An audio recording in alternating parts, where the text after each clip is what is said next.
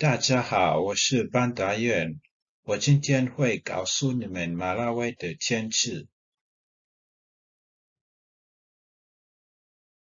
马拉维是一个在非洲南部比较小的国家，它的附近有3个国家：赞比亚、莫桑比克和坦桑尼亚。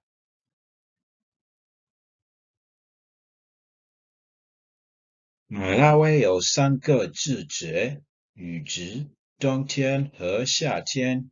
从11月到3月是雨季的时候，从4月到10月是冬天的时候，从8月到10月是夏天。雨季的时候，很多人常常做农事。雨季的时候，每天下雨，因为天气不方便和哪里有事，谁都不常旅行。冬天的时候，很多人常常在家，因为天气很冷，所以去外面比较不舒服。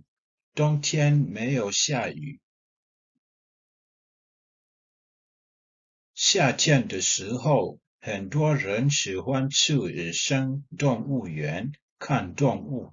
马拉维有很多动物，也有很多野生动物园。夏天也没有下雨。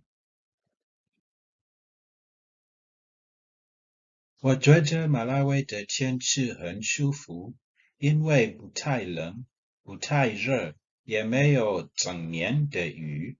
但是因为我们没有整年的雨，农民不能做整年的农事。